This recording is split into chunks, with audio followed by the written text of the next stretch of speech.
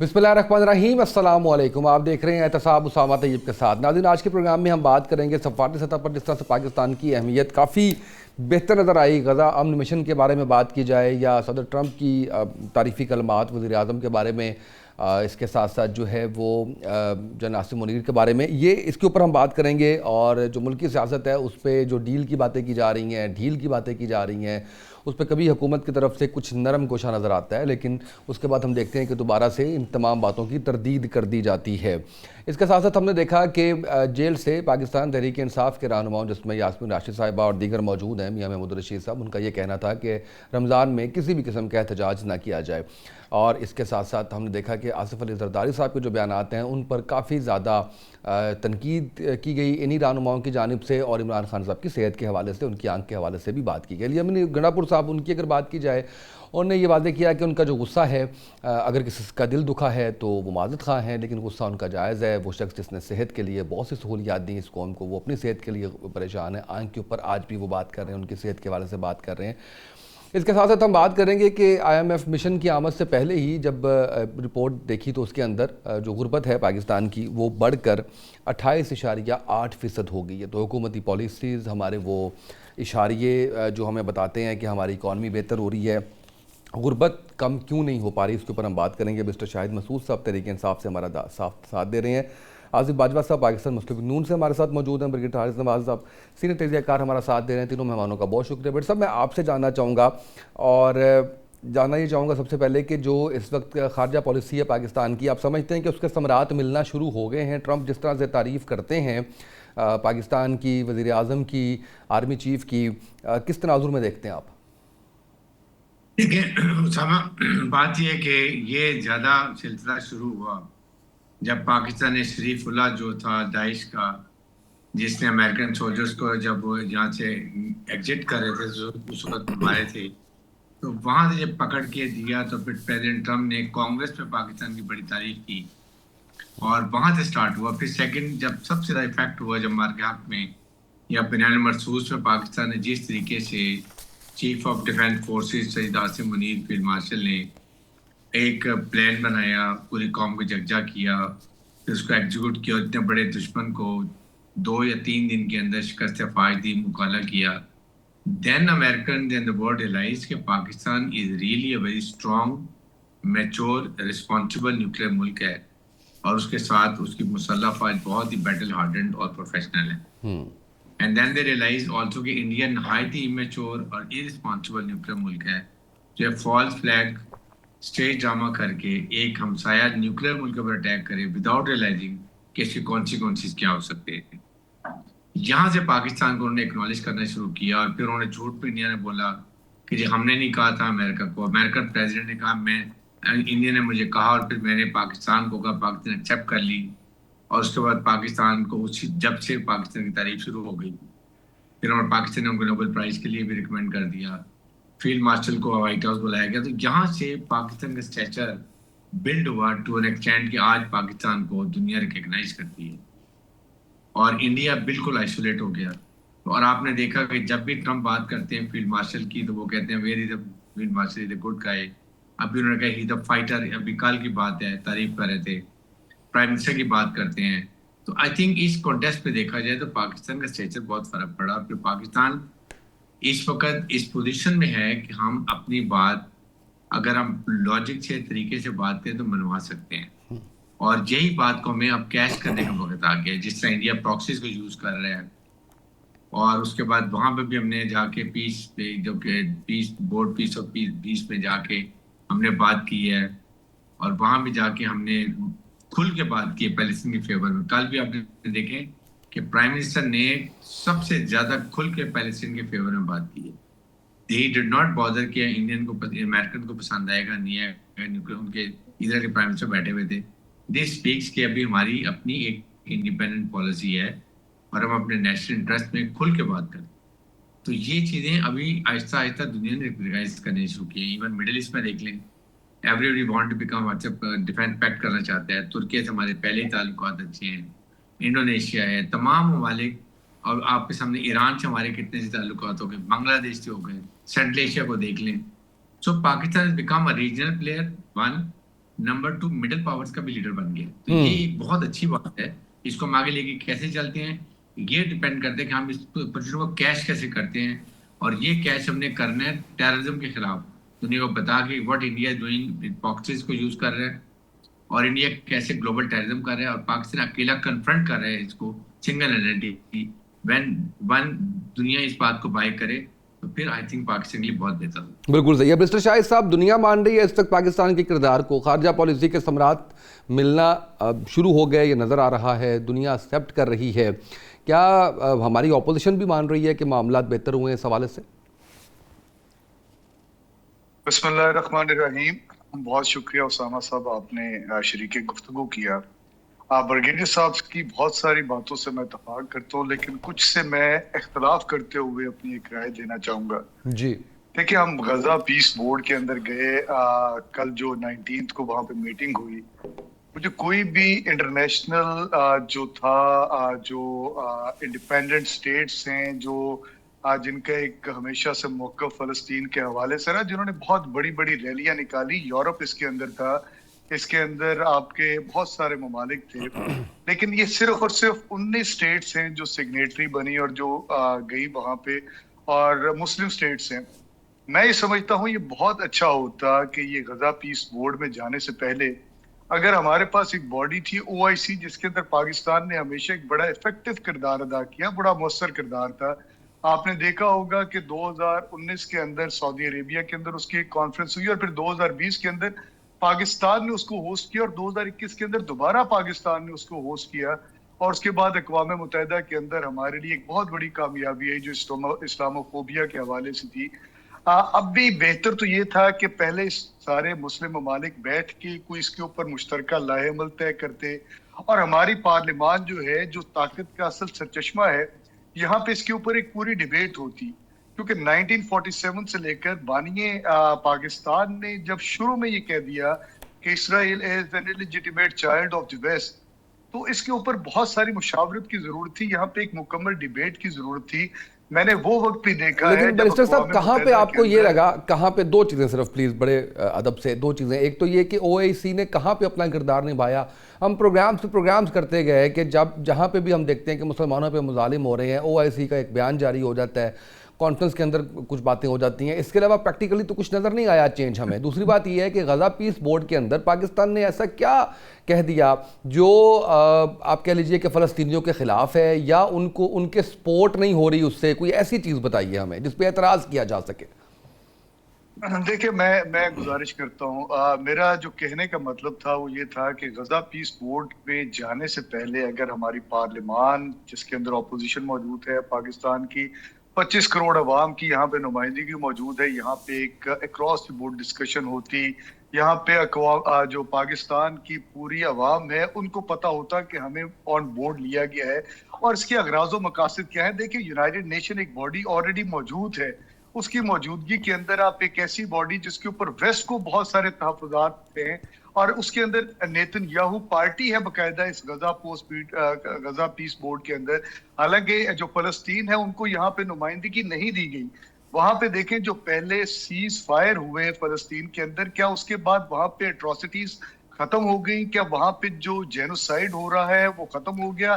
क्या अमेरिका जो first phase के अंदर जिसने जो मैंडेट हासिल किया था गजा के अंदर पीस लाने के लिए, क्या उसने वो फुलफिल किया? वो तो आज भी एक अनफिनिश्ड एजेंडे के तौर पे मौजूद है। रोज फलस्तीन के ऊपर इसराइल का हमला हो रहा है, रोज वहां के बच्चों को शहीद किया जा रहा है, रोज वहां पे बम्बार्डमेंट हो रही है। तो इन हालात के अंदर मैं ये समझता हूं कि हमारा किरदार और बहुत ज्यादा मुअस्सर हो सकता था, स्पेशली उन हालात के अंदर जब हमने इंडिया को शिकस्त फाश दी। हमारी एक आवाज पूरी दुनिया के अंदर उठ के सामने आ रही थी, लेकिन इसको बहुत बेहतर तरीके से किया बिल्कुल ठीक है सर, बिल्कुल सही। मैं हुकूमती मौक़िफ़ लेता हूँ जी, हुकूमती मौक़िफ़ लेता हूँ उस पर। मैं आसिफ बाजवा साहब, सर आप बताइएगा कि जो पार्लियामेंट में लाने की बात की, पाकिस्तान की आवाम के नुमाइंदगान से मुशावरत की बात की, और जिस तरह से बताया कि इसके अंदर फ़लस्तीनियों की नुमाइंदगी नहीं है जबकि नेतन्याहू इसके अंदर मौजूद है, हुकूमत का क्या मौक़िफ़ है इस पर? बिस्मिल्लाहिर्रहमानिर्रहीम, आपका बहुत शुक्रिया। गुजारिश ये है कि मैं बड़ा रिस्पेक्टफुली गुजारिश करूंगा कि हमारे जो दोस्त हैं पाकिस्तान तहरीक इंसाफ से, बैरिस्टर शाहिद मसऊद साहब, उनकी बातें मैंने सुनी है, लेकिन क्या ये अच्छा होगा कि ये किसी भी बात को पॉजिटिव सेंस में लेते। मसलन देखें, दुनिया में super power, Pakistan super power नहीं है, एटॉमिक पावर है, लेकिन यूएस, यूके, फ्रांस और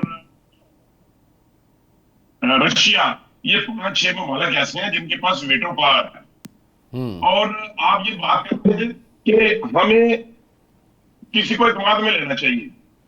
अगर इनकी ही सोच को देखा जाए सर, तो अगर आपको याद होगा कि आज से कुछ साल पहले जब यमन और सऊदी अरब का मामला हुआ, तो पाकिस्तान तहरीके इंसाफ ने उसमें रोड़े टिकाए। आप जरा सोचें कि कहां यमन और कहां सऊदी अरब, जो आपके हर मामले में आप उससे मदद लेते हैं, जो दुनिया में आपके बेहतरीन साथियों में से एक मुल्क है, तो आपने वहां सऊदी अरब में सपोर्ट के लिए पाकिस्तानी फौज को जाने में रोड़े टिकाए। और आज भी ये चाहते हैं। देखिए, अगर आप किसी टेबल पे बैठेंगे, अगर आप किसी फोरम पे जाके बात करेंगे, किसी कमेटी में शामिल होंगे, तो आपकी बात सुनी जाएगी। अगर गजा पीस बोर्ड में पाकिस्तान को उन्होंने नामजद किया और पाकिस्तान उसको एक्सेप्ट किया, तो इसका मतलब ये है कि टेबल टॉक होगी वहां पे जाके। पाकिस्तान जिस तरीके से 19 फरवरी को मियां शहबाज शरीफ साहब ने बड़े स्ट्रांग वोट बनाया फलस्तीन की फेवर में, तो क्या आप ये चाहते हैं कि ये ना जाते वहां पे? क्या अमन बोर्ड में शामिल ना होते? ये कैसी बात है? ये क्या चाहते हैं?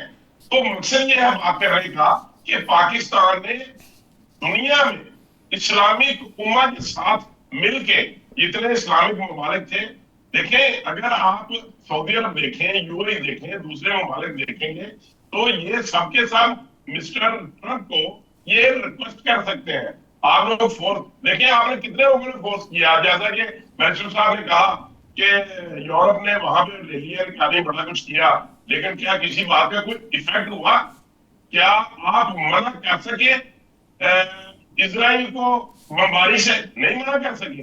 क्या आप प्रेशराइज कर सके यूएस को? नहीं कर सके। तो मैं ये समझता हूं, बीइंग पॉलिटिकल वर्कर, के दुनिया में हर मामले का हल at the end of the day table talk. अगर आप टेबल टॉक करेंगे तो फिर ही कोई ना कोई मसले का हल निकलेगा। और ये बेहतरीन फैसला है गवर्नमेंट ऑफ पाकिस्तान का कि वो उस मीटिंग में शामिल हुए, अपना मौक़िफ़ दिया और वहां पे वो लॉबिंग करेंगे, अपने साथ ज्यादा से ज्यादा लोगों को मिलाएंगे। और यूएस को, जो दुनिया की सुपर पावर है और वो किसी की बात मानने को तैयार नहीं है, आप देखें कि वो कितने अच्छे तल्लुकात है पाकिस्तान के और अमेरिका के इस वक्त। जनरल आसिम मुनीर के, फील्ड मार्शल के, या भी उन्होंने कितनी दफा तारीफ की फील्ड मार्शल की और प्राइम मिनिस्टर ऑफ पाकिस्तान।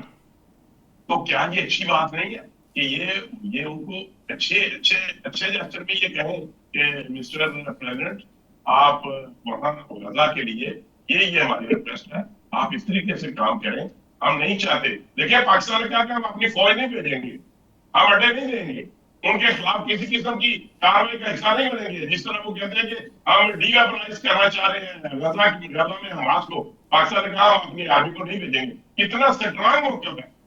क्या आप या पाकिस्तान या दुनिया का कौन सा मुल्क है जो अमेरिका के साथ उसको इस तरीके से कोई बात कर सके? सिर्फ पाकिस्तान को ये शर्फ हासिल है, प्राइम मिनिस्टर मियां शहबाज शरीफ को ये हासिल है कि उन्होंने बड़ा स्ट्रांग मौक़िफ़ वहां पे बनाया।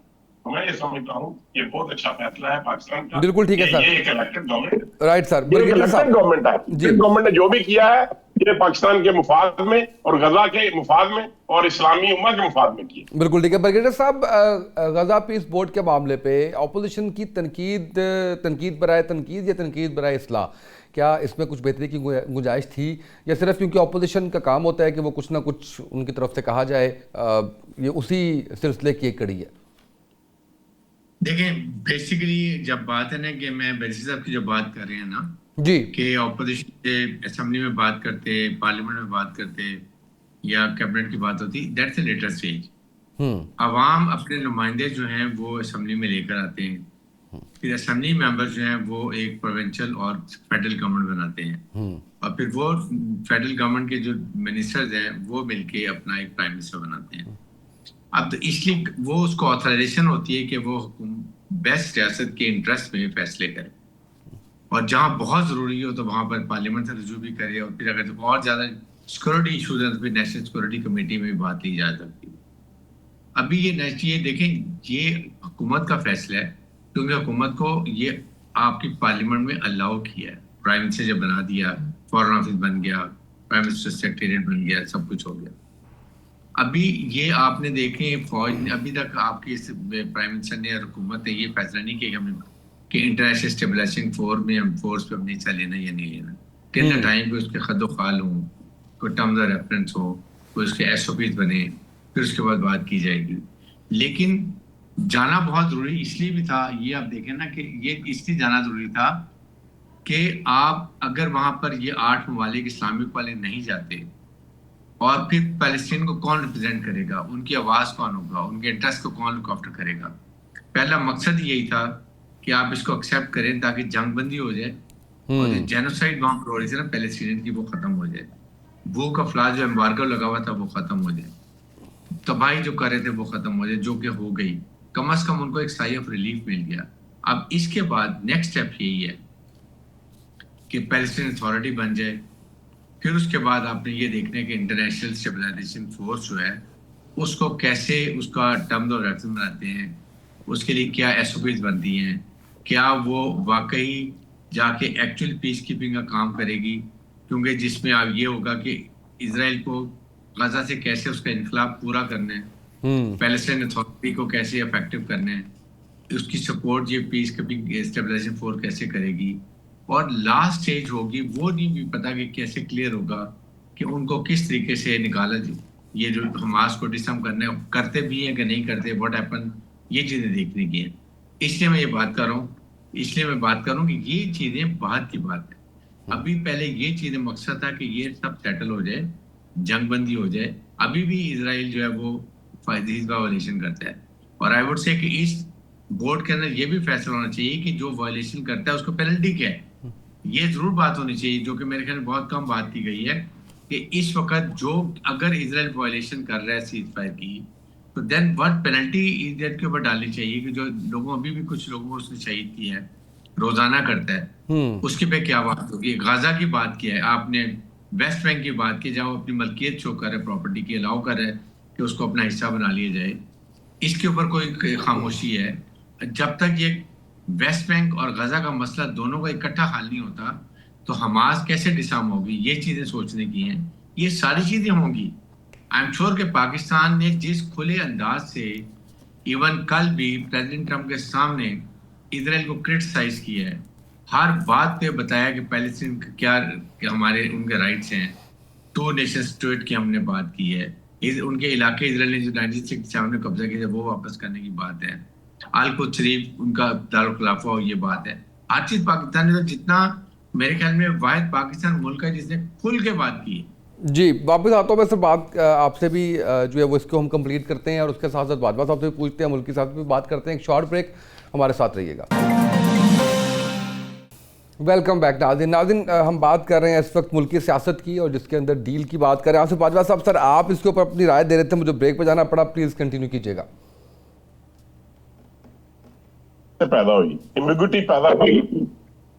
सबसे पहले एक बात की अली बिन गंडापुर साहब ने मोहसिन नकवी साहब के रेफरेंस से, जिसको मोहसिन नकवी साहब ने निगेट कर दिया। उसके बाद political adviser to prime minister Rana Sanaullah साहब की बात से एक एम्बिग्युइटी पैदा हुई, और उसकी बाबत भी उन्होंने उसको रिग्रेट किया, और उन्होंने कहा कि जिस तरीके से आप लोग इंटरप्रेट कर रहे हैं मैंने उस तरीके से बात नहीं की। तो मैं बिल्कुल आपको बड़ी क्लैरिटी के साथ ये अर्ज करना चाह रहा हूँ, बड़ा रिस्पेक्टफुली, कि ना कोई डील है, ना कोई डील है, ना कोई बैकडोर चैनल डिप्लोमेसी है। हाँ, लेकिन एक बात जरूर है उसामा तैयब साहब, कि वानी साहब की हिम्मत जवाब दे चुकी है। अब वो किसी डील और डील के इंतजार में है, किसी क्या रेफरेंस है आपके पास चैनल- बाजवा साहब, इस बात का क्या रेफरेंस है कि उनकी हिम्मत खत्म हो चुकी है और डील या ढील के इंतजार में है? हाँ, ये बिल्कुल ठीक बात है। वो यूं है कि अब जिस तरीके से वो पहले ट्वीट करते थे या सख्त मैसेज भेजते थे या बड़े सख्त किस्म के ट्वीट करते थे, अब वो बात नहीं है, अब वो हालात नहीं है, जिससे ये साबित होता है कि वो उनकी हिम्मत जवाब दे चुकी है। बड़ा बिल्कुल वाले मैंने कर दिया। मुस्कुरा रहे हैं बैरिस्टर साहब हिम्मत जवाब दे चुकी है क्या? उसामा साहब, छोटी सी बात मैं वो पहले जो हो रही थी हमारी गुफ्तगू उसके हवाले से करूंगा, फिर इस पर आता हूँ।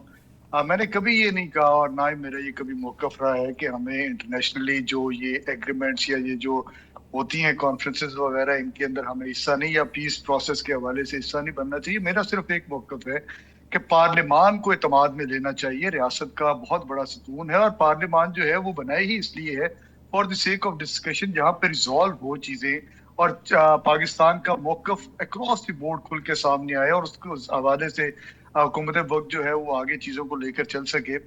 और दूसरी बात देखिए, मैं उस तारीफ का जो प्राइम मिनिस्टर की होती है उसका मैं क्या करूं जब 28% गुर्बत बढ़ गई, जब 10 करोड़ अवाम जो है पाकिस्तान की वो इस वक्त खतरे गुर्बत से नीचे जो है वो जिंदगी गुजार रही है, जब इंडिया के साथ 55% से ट्रेड जो टैरिफ था वो कम करके 18% पे कर दिया गया। यूरोपियन यूनियन कहता है जी हमने mother of all treaties India के साथ फ्री ट्रेड एग्रीमेंट साइन कर लिया। हमें क्या मिल रहा है इन तारीफों से? हमें तो ना कहीं पे कोई ट्रेड कॉरिडोर मिल रहा है, ना हमें हमारे पास कोई फॉरेन डायरेक्ट इन्वेस्टमेंट आ रही है। लार्ज स्केल मैन्युफैक्चरिंग हमारी नेगेटिव के अंदर है। कोई आदमी हमारे मुल्क के अंदर आकर इन्वेस्टमेंट करने के लिए तैयार नहीं है। अमेरिका सिर्फ तारीफें कर रहा है, उसके अलावा सिर्फ जुबानी जमा खर्च है, कुछ नहीं हो रहा। तो मैं I am failed to understand कि ये तारीफ हमें किधर लेकर जाएगी। दूसरी बात जो आपने की जो डील के हवाले से, देखिए जो सलमान सफदर साहब ने रिपोर्ट पेश की as an amicus curiae Supreme Court के अंदर, उसके अंदर इमरान खान साहब की तरफ से बड़ी एक स्टेटमेंट आई। उन्होंने कहा जी कि अगर मेरा इलाज जेल के अंदर मुमकिन है आंख का, तो मैं I will be more than comfortable to have my treatment in the jail. यहाँ पे डॉक्टर्स आ जाए, मेरे जाती मॉलेज को मुझे दे दिया जाए और मेरा जो है प्रॉपर ट्रीटमेंट हो जाए। तो ये तो जो बाजवा साहब की बात है कि उनकी हिम्मत जवाब देगी, उस रिपोर्ट से ही निगेट हो जाती है जो सुप्रीम कोर्ट के अंदर डॉक्यूमेंट पड़ा हुआ है। और दूसरी जो राना सनाउल्लाह साहब ने बात की, बहुत सीनियर मिनिस्टर हैं, इस हुकूमत का बहुत बड़ा सतून है, उन्होंने खुद ये बात एक्सेप्ट की कि 2 दफा हमने डील सीरियसली इमरान खान साहब को ऑफर की। और ये तो पूरी कौम जानती है कि 24 नवंबर को रात 12 बजे अडियाला जेल के दरवाजे खुले थे, हुकूमती पार्टीज गई थी, जाकर वहां पे इमरान खान साहब के इन्होंने पंजाबी जी कहते हैं ना तरले मिन्नतां कीतियां कि जी कुछ करो और सानू बचाओ। लेकिन उस आदमी ने और जो ये जिस किस्म की डील देना चाह रहे थे वो डील थी इस हुकूमत के हवाले से। कह क्या रहे थे जी आप खामोश हो जाए। तो इमरान खान ने कहा जी मैं तो आइन और कानून की बालादस्ती की बात करता हूँ, मैं सिविल सुप्रीमेसी की बात करता हूँ, इस बात में मैं क्यों खामोश हो जाऊं। फिर कहा जी आप मुल्क से बाहर चले जाएं, तो उसके ऊपर भी उन्होंने शुरू दिन से एक स्टैंड लिया कि जी ये मुल्क मेरा है, मेरा घर यहाँ पे है, मेरी तो कोई बाहर जायदादें भी नहीं है, तो अपना घर छोड़ के मैं किधर चला जाऊं, मैं इसी मुल्क के अंदर रहूंगा। देखिए वो शुरू से लेकर आज तक उनकी डिमांड क्या है, वो ये नहीं कह रहे कि मुझे जेल से निकालें, वो ये नहीं कह रहे कि मुझे जो है इधर कंफर्टेबल कर दें, वो ये कह रहे हैं कि मेरे जो मुकदमात हैं जो पॉलिटिकली मोटिवेटेड हैं, मेरी अदालतों से गुजारिश है कि उनको सुन लिया जाए। मेरा जो मामलात है, मेरे ऊपर 350 केसेस है, मेरी अपील्स पेंडिंग है। ये वाहिद दौर है जिसके अंदर उसामा साहब हो ये रहा है कि पिछले 1 साल से अर्जेंट जो एप्लीकेशंस हैं अर्ली हियरिंग्स की, जिसके अंदर 70 साल से ऊपर कोई अगर मुल्जिम है उसकी अगर अपील प्रायोरिटी बेसिस के ऊपर, ये ज़ाब्ता फौजदारी कहता है कि उसको सुनना चाहिए, खवातीन और बुजुर्गों को जो है प्रायोरिटी मिलती है। लेकिन यहाँ पे आज हमारी कोई 21 एप्लीकेशन इस्लामाबाद हाई कोर्ट के सामने पेंडिंग है, कोई 15 एप्लीकेशन हमारी सुप्रीम कोर्ट के सामने पेंडिंग है, और उसके अंदर हमारी सदा ये है कि खुदारा हमारे केसेस को सुन लिया जाए। और हम बार बार ये कह रहे हैं कि ये केसेस 5 मिनट की मार है, तो क्यों नहीं सुने जा रहे केसेस। आज हम जो बात करें जिसके ऊपर हमारा इस हुकूमत के साथ इख्तलाफ है, हम फालतू को बरियुज़्ज़ुमा कर दे, अदालतों को एग्जीक्यूटिव के किरदार से खत्म कर दे। आपने जो 27वीं आईनी तरमीम करके जो अदालतों को एग्जीक्यूटिव के ताबे किया और अब आप अपनी मनमानी कर रहे, इसको बंद कर दे, अदालतों को अपने इंसाफ के साथ फैसले करने दे। इमरान खान साहब ऑटोमेटिकली बाहर आ जाएंगे, क्योंकि ये इन केसेस के अंदर तो कुछ सब्सटेंस नहीं है, कोई एविडेंस नहीं है, कुछ नहीं है, पॉलिटिकली मोटिवेटेड केसेस हैं। और अगर ये ना होते तो फिर ये डील्स की बात ना आती। अगर ये इन केसेस के अंदर कुछ होता तो फिर इमरान खान सजाओं की तरफ जाते, ना कि हुकूमत उनको बार बार डील ऑफर करती। क्यों नहीं इन केसेस को मंतकी अंजाम तक पहुंचाया जा रहा है? वजह सिर्फ यही है कि ये केसेस फारिग हो जाएंगे, इमरान खान के ये केसेस लगने नहीं देंगे और बार बार डील ऑफर करेंगे, ताकि इस हुकूमत को किसी न किसी तरीके से कुछ थोड़ी बहुत डील मिल सके। बिल्कुल सही है। आसिफ बाजवा साहब से रिस्पॉन्ड करना चाहें ज़रूर कीजिएगा। उन्होंने सारा के सारा आप पे डाल दिया, आपने उन पे डाल दिया कि वो डील चाह रहे हैं और आप कह रहे हैं कि वो डील चाह रहे हैं। एनीवेज, अब ये बताइएगा, बड़ा बहुत ही अहम, आप रिस्पॉन्ड करते हैं, इसके बाद बड़ा अहम टॉपिक है जिसके ऊपर जी जी जी बताइए। ये मेरे दोस्त मिनिस्टर साहब ने ये फरमाया कि फलां डेट को पाकिस्तान मुस्लिम लीग नून की हुकूमती अहदेदार वहां पे गए और पंजाबी में उनका के तरले मिन्नत किए कि हमें बचाओ। क्या इशू था, क्या आफत आन पड़ी थी उस वक्त कि पाकिस्तान के ऊपर के जिसके लिए ये गए कि आप हमें बचाएं? क्योंकि वो बहुत बड़ी ताकत है, उनके पास इख्तियार था कि वो बचा सकते थे। और कौन कौन गए थे? ये अपने आप को इतने समझते हैं, तो इनको तो ये तक पता नहीं था कि फलां तारीख को पानी पीटीआई को इलाज के लिए रात को वे उसमें लेकर के गए हैं। ये समझते थे कि हम बड़े 30 माह हैं, हमें हर बात का पता होता है। तो इनको तो वो भी पता नहीं था कि उनको कौन लेकर गया, कैसे लेकर गए, कब लेकर गए। फिर इनको हर चीज गवर्नमेंट ने इनकी फैमिली को मुहैया की, पूरी की पूरी रिपोर्ट्स। और ये अब ये पार्लियामेंट उसकी बात करते हैं, अदलिया की बात करते हैं कि अदलिया से ये कहते। देखें, मैं एक बात से भी याद करना चाहूंगा कि जब जावेद हाशमी, जिसको पहले बागी कहा फिर दागी कहा, उन्होंने कहा था कि उनको इमरान नियादी साहब ने खुद बतलाया था कि मियां नवाज शरीफ साहब को अदालत के जरिए डिस्क्वालीफाई किया जाएगा और उनको गवर्नमेंट से निकाला जाएगा। और ये बात उन्होंने पहले की, बाद में ये बात सच साबित हुई। तो बात ये कहते हैं कि इमरान नियादी से कहा कि हमें बचा लो। भाई किस बात से बचा लो, कौन कौन गया था, जरा फरमा दें। क्या इशू था, क्या आफत थी गवर्नमेंट की? जी बाजवा साहब, मैं अर्ज करता हूँ, इसके अंदर आप जज्बाती हो गए। गुजारिश ये बाजवा साहब आजकल काफी सारे 24 जज्बाती हो रहे हैं, बड़े कूल मैं एंड काम है वैसे। जी मैं कोशिश करूंगा कि बाजवा साहब को ठंडा करूं इस मामले में जी। अब गुजारिश ये है उसामा साहब कि 24 नवंबर को आपने देखा, पूरे पाकिस्तान ने देखा कि अवाम सड़कों पे थी।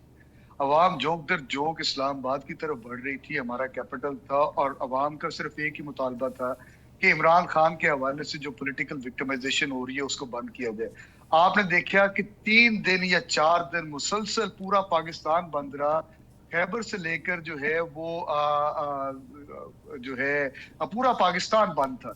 और जब एंड में हुआ क्या, आपको याद होगा कि जब इमरान खान डील के लिए नहीं माने तो 26 नवंबर को अवाम के ऊपर सीधी फायर किए गए। ये भी पाकिस्तान की तारीख में पहली दफा हुआ। वहां पे लाशें गिराई गई और उसके बाद पब्लिक अकाउंट्स कमेटी के अंदर हम लोग मौजूद थे उन दिनों के अंदर। हमने वहां पे ह्यूमन राइट्स कमेटी के अंदर हमने बार बार पिम से रिकॉर्ड मंगवाया कि जो 26 नवंबर को कैजुअलिटीज हुई हैं वहां पे हमें उनका रिकॉर्ड दिया जाए। और जब वो नहीं दिया गया तो उसके बाद हमें लामहल्ला इन कमेटियों से भी निकलना पड़ा। तो ये अवाम का बाजवा साहब समंदर था जिसका आपको आज भी डर है, आज भी अवाम का खौफ है।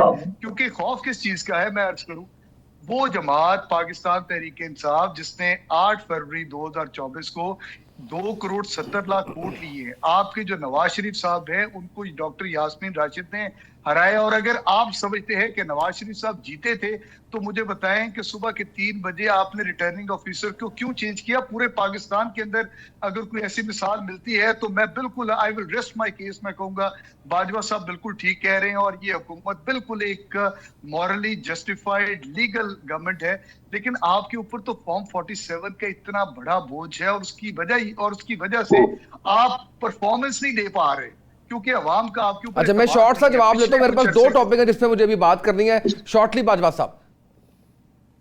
देखें सर, मैं अर्ज करूं, इसकी बाबत इनका जवाब अली बिन गंडापुर साहब ने दे दिया कि 24 नवंबर को हम वहां 26 नवंबर को गए थे तो 15-20 लोग थे। ये बात उनकी तरफ से आई। नंबर 1। नंबर 2, ये पहले इन्होंने कहा, ये जिस तरह आज इन्होंने फरमाया प्रेसिडेंट साहब ने कि वहां पे सीधी फायरिंग की गई। पहले इन्होंने कहा 2000 बंदे मरे हैं, फिर इन्होंने कहा 200 बंदे मरे हैं, फिर कहा 20 बंदे मरे हैं, फिर कहा 11 बंदे मरे हैं।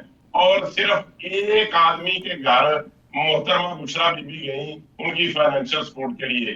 बाकी लोगों की कोई किसी ने कहीं दरखास्त दी हो, कहीं गुमनामी की, कहीं गुमशुदगी की, कोई किसी ने कोई जनाजा किया हो, कोई डेड बॉडी मिली हो, ये सब झूठ का पुलंदा है सर। कोई ऐसी बात ही नहीं है। आज तक ये साबित नहीं कर सके कि कौन कौन वहां पे मारा गया और किसने मारा। चले, एक जान भी अगर बाजवा साहब अगर एक जान भी गई तो एक जान की कीमत नहीं है क्या?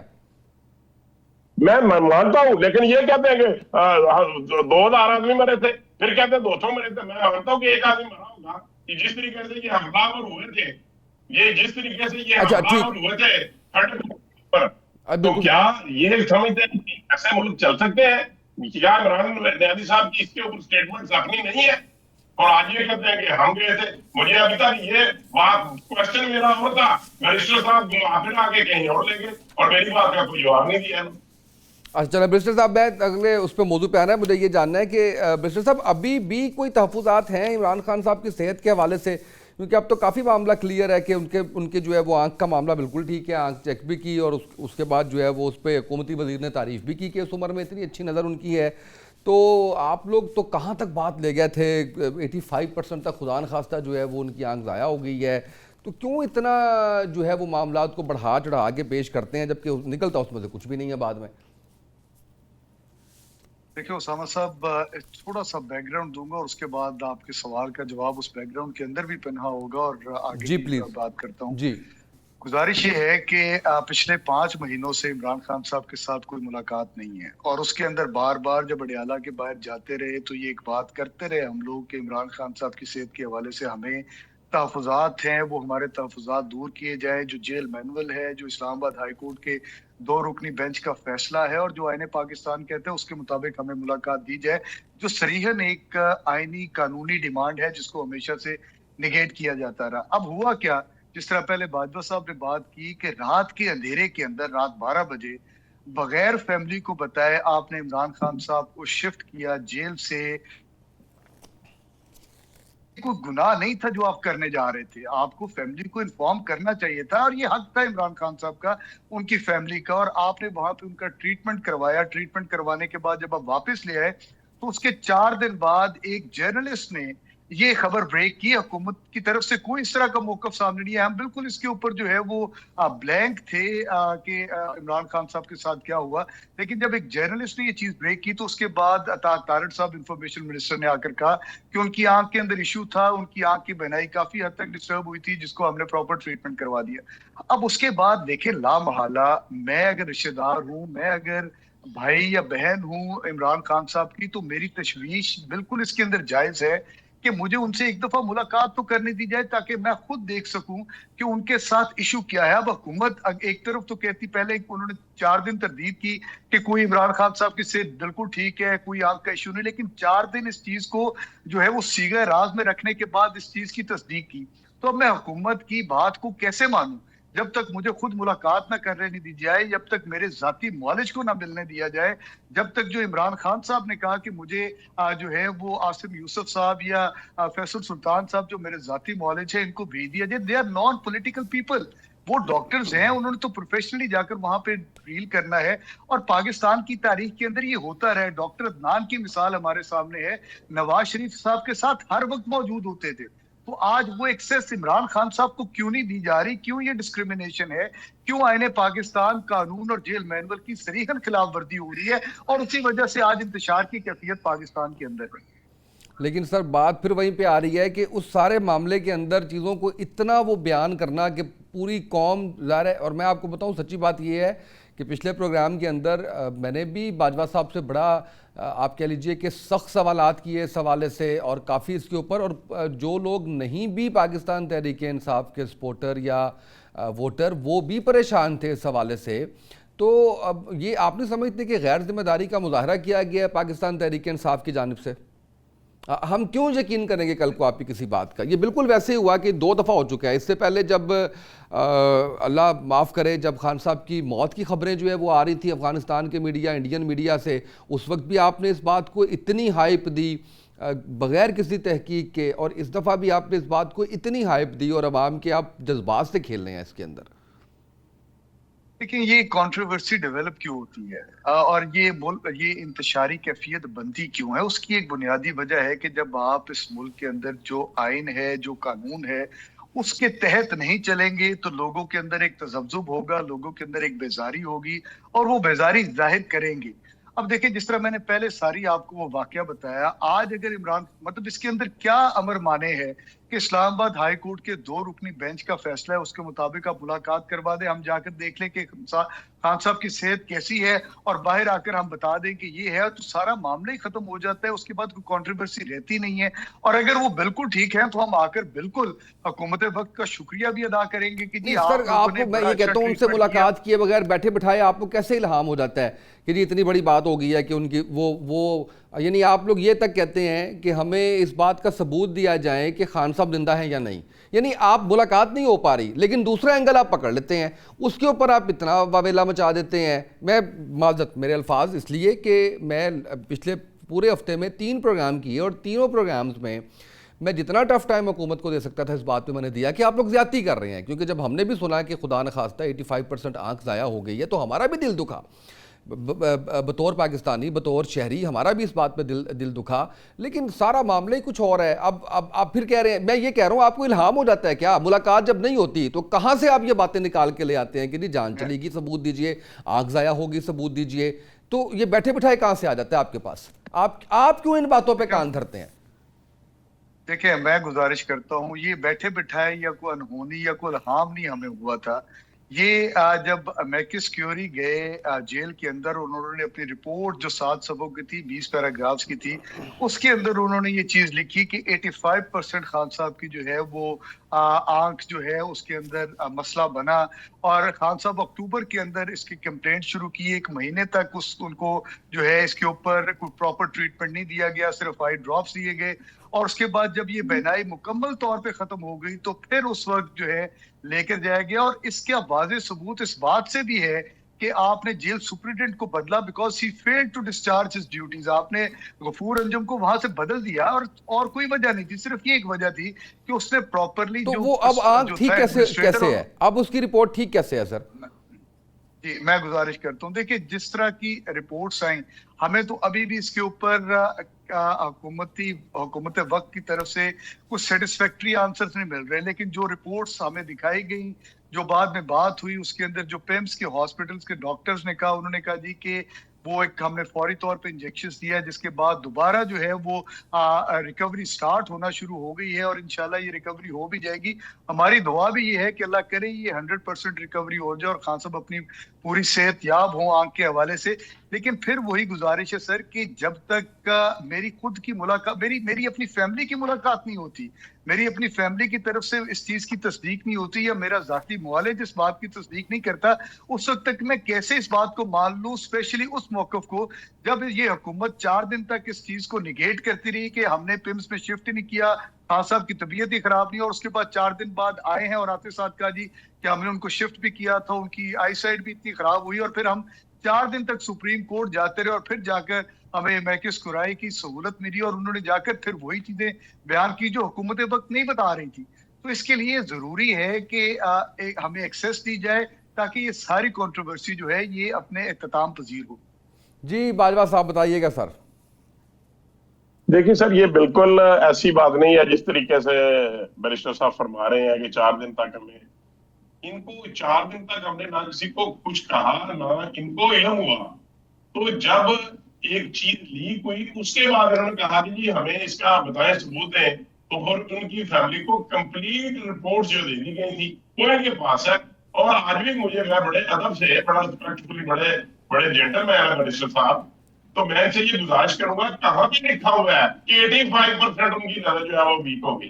ये बिल्कुल गलत बात है सर। मीडिया के ऊपर बैठ के ऐसी बात नहीं करनी चाहिए। ऐसी किसी रिपोर्ट में बात नहीं है कि 85% उनकी जो है वो आई साइड जो कमजोर है। ये गलत बात, I don't agree. Sir, amicus curiae की जो रिपोर्ट है, पेज नंबर मेरा ख्याल है 3 है, पैराग्राफ नंबर 4 या 7 है, उसके अंदर ये लिखा हुआ 85% का जिक्र है सर। बाजवा साहब, अगर आप उस रिपोर्ट को देख लें तो। चले, मैं देखूंगा कि फिर मुझे तो चले, अच्छा हमने तो नहीं कहीं इसको जरूर जो है वो देखिए। और मेरी दोनों तरफ से गुजारिश ये है कि इस तरह के मामला मैं भी के ऊपर देखूंगा। कौम को जो है वो इस तरह आपका शिकार ना किया कीजिए। जो भी इसमें गलत है, बड़ी बड़ी मेरी आपसे हाथ बांध के गुजारिश है दोनों साहिबान से।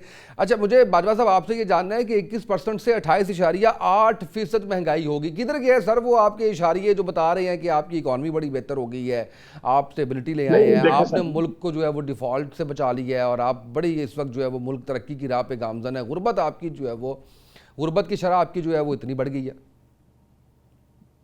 देखें सर, ये बात के इशारे कहाँ पे हैं, आपके भी लम्हे हैं कि हमारे फॉरेन रिजर्व्स जो है वो किस हद तक बढ़ चुके हैं। हमारी जो फॉरेन इन्वेस्टमेंट है या जो फॉरेन रेमिटेंस है वो कहाँ पे आ रही है, आपको पता है। और आपको ये भी पता है कि जब से ये गवर्नमेंट आई है डॉलर उसी रेट पे स्टैंड कर रहा है। अच्छा बाजवा साहब, कोई मुझे ये भी पता है, devaluation मुझे नहीं। ये भी पता है, फिर अगर आप ये बात करेंगे तो मुझे 2016 से 17 से ये भी पता है, ये भी पता है कि इसहाक डार साहब डॉलर की को मसनूई तौर पे कैसे रोकते हैं। मुझे ये भी पता है कि चीजें किस तरह से कंट्रोल होती हैं।